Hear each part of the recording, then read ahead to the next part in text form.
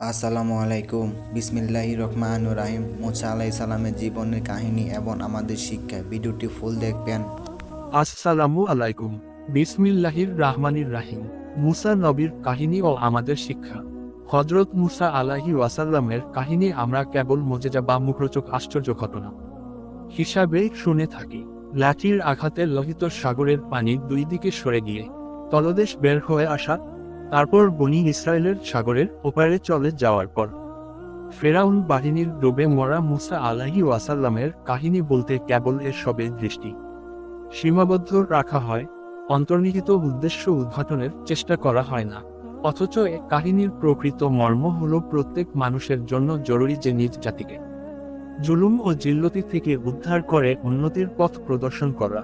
বনি ইসরায়েল নেহায়েত অসহায় অবস্থায় ছিল। শাসক শ্রেণী তাদের পুত্র সন্তানদের হত্যা করত আর কন্যা সন্তানদের জোরপূর্বক সেবাদাসী বানিয়ে রাখত। মুসা আলাইহি ওয়াসাল্লামের কাহিনী সেসব গুণ অর্জনের শিক্ষা দেয় যার মাধ্যমে প্রত্যেক ব্যক্তি নিজ জাতিকে উন্নত করার ক্ষমতায় বলীয়ান হতে সক্ষম।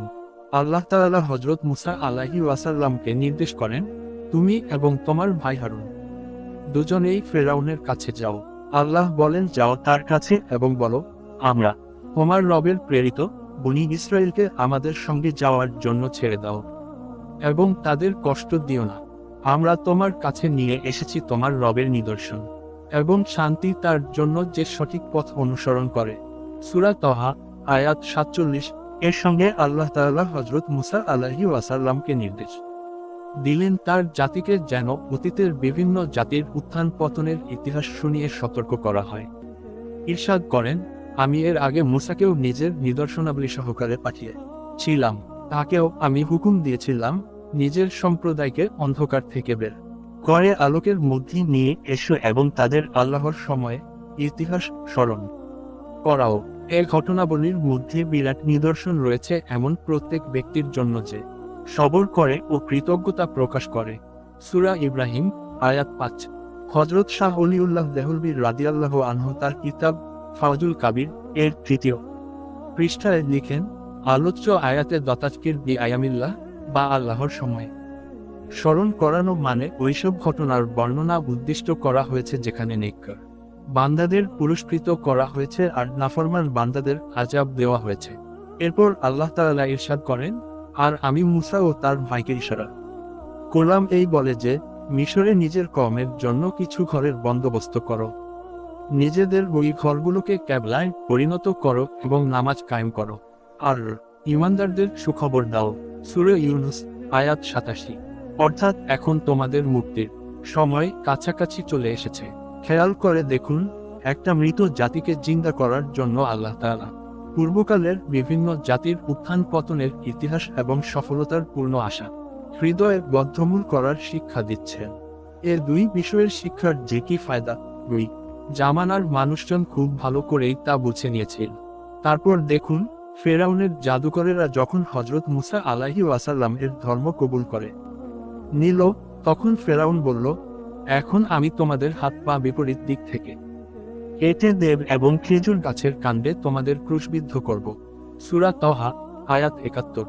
তখন তারা জবাব দিল, যা করার করতে পার।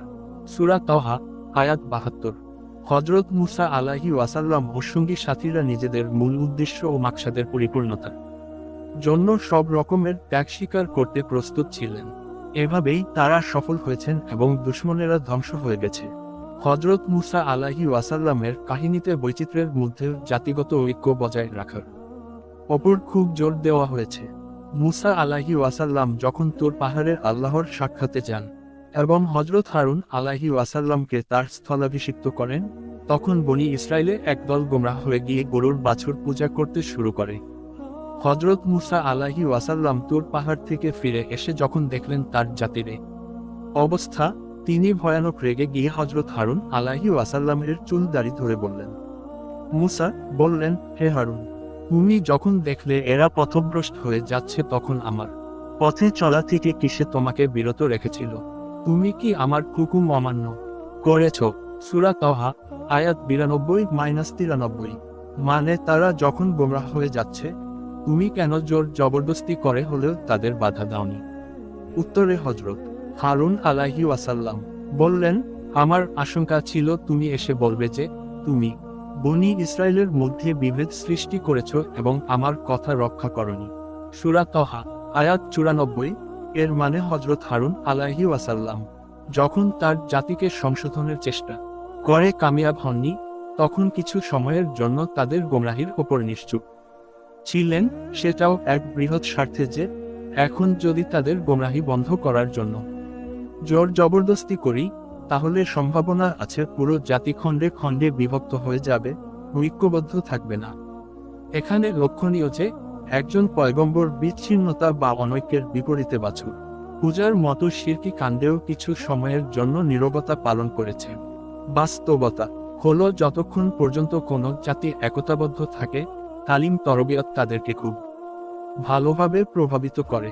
আর যখন তাদের মধ্যে বিচ্ছিন্নতা দেখা দেবে, তাদের ধ্বংস অনিবার্য, কোনোভাবেই তারা সফলকাম হতে পারবে না।